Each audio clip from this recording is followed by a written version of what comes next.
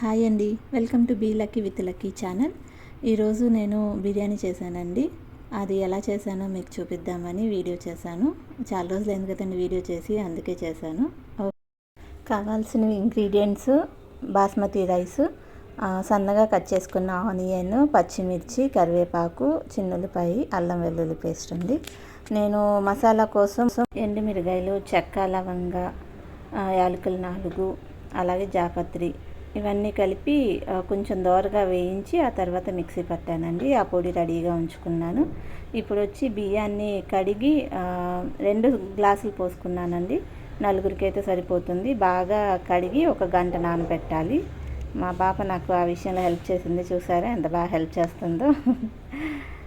Next వచ్చేసి ఇవన్నీ నేను జనరల్గా ఎలక్ట్రిక్ కుక్కర్లో చేస్తానండి.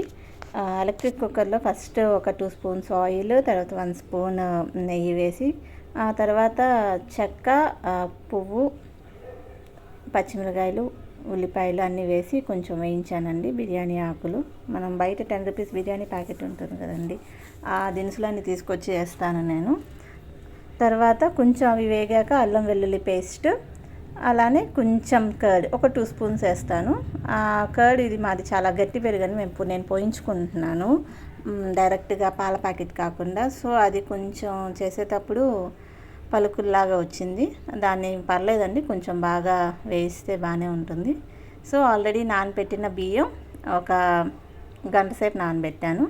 బియ్యం వేయటానికి ముందు 2 గ్లాసెస్ కదండి, అవి 1 అవర్ నానబెట్టేసరికి మనం ఎగ్జాక్ట్గా 3.5 వాటర్ పోస్తే సరిపోతుంది. ఆ వాటర్ పోసి వాటర్ కొంచెం బాయిల్ అయిన తర్వాత నేను ఈ బియ్యాన్ని వేసాను.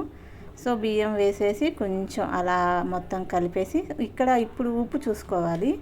సాల్ట్ ఎంతవరకు సరిపోయిందా లేదా అన్నది. సాల్ట్, మనకి మసాలా పొడి, ఈ టైంలో కొంచెం మసాలా, ఇందాక మిక్సీ పెట్టిన మసాలా ఉంది కదండి, అది 1 స్పూన్ వేసుకుంటాను.